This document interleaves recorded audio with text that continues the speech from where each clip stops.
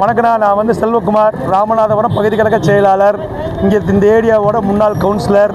நாங்கள் ஏன் ரெட்டலைக்கு ஓட்டு கேட்குறோம்னா, ஏன் திமுக போடக்கூடாதுன்னு சொல்கிறோம். ஃபஸ்ட்டு திமுக ஏன் போடக்கூடாதுன்னு சொல்கிறேன். திமுக வந்து வேட்பாளர் வந்து ஜாமீனில் வந்த வேட்பாளர் 16 மாதம் சிறையில் இருந்துட்டு இப்போ ஜாமீனில் வந்து ஓட்டு கேட்குறார். அவர் ஜாமீனில் வந்து ஓட்டு கேட்குறது தப்பு இல்லை, நிற்கட்டும். ஜனநாயக நாட்டில் சொல்லிட்டாங்க, ஓட்டு கேட்கட்டும். ஆனால் அரவக்குறிச்சியில் நின்னார், எலெக்ஷன் நின்னார். அரவக்குறிச்சியில் மக்களுக்கெல்லாம் 2 சென்ட் இடம் தரேன்னு சொல்லி தப்பான வாக்குறுதி கொடுத்து அங்கே ஜெயிச்சிட்டார்.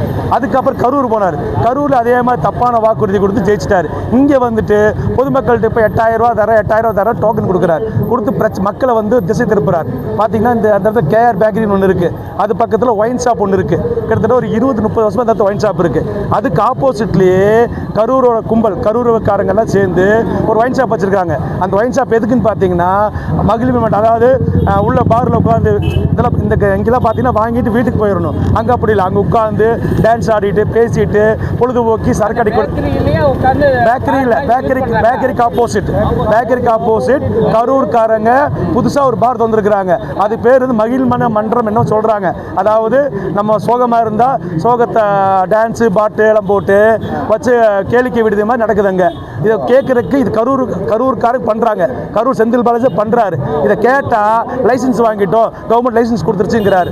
அதனால் இந்த மாதிரி பண்ணால் நம்மளை சர்ச்சுக்கிட்டையும் சரி முஸ்லீம் அதுக்கிட்டையும் சரி இந்த கரூர் பாலாஜி ஜெயிச்சிட்டாங்க. ஒரு வேளை ஜெயிச்சிட்டான்னா கண்டிப்பாக எல்லா பக்கமும் மதுக்கடை திறந்துருவாங்க. தொடர்ந்து அந்த ஏதாவது சாதாரண கடையில் 100 ரூபா பாட்டில் விற்றா இந்த கடை 150 ரூபா விற்குது.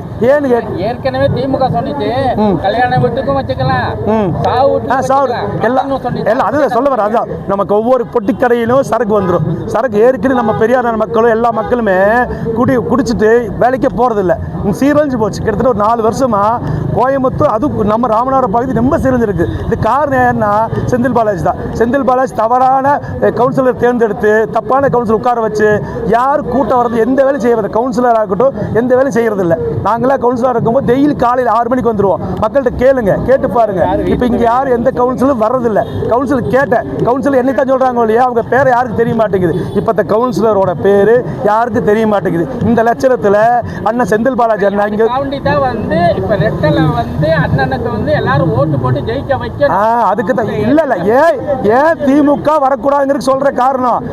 அதிமுக எதுக்கு வரணும்னா, அதிமுக வந்ததுமே அண்ணன் எடப்பாடி அண்ணன் அதிமுக ஆட்சி அமைஞ்சதுமே 10,000 ரூபா பணம் தர்றாரு. 10,000 அவங்க அக்கௌண்ட்டில் தர்றாரு.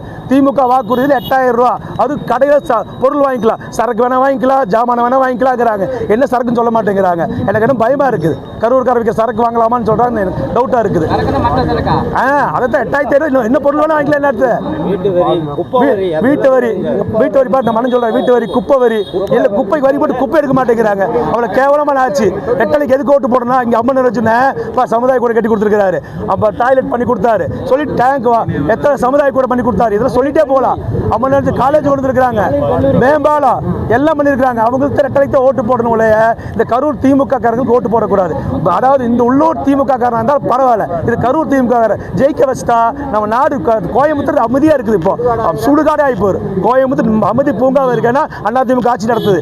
கோட்டையில் வச்சு அங்கே வேலை ஸ்டாலின் இருக்கலாம். கோயம்புத்தூர் அண்ணன் எடப்பாடி அண்ணன் ஆட்சி நடந்துட்டு இருக்குது. இங்கே வந்து ஒரு கொண்ட விலைக்கு வேலையா கரூர்ந்து ஆள் வந்திருக்கிறாங்க. தயவுசெய்து அவங்களை ஓட்டு போட்டுறாதீங்க. நன்றி, வணக்கம்.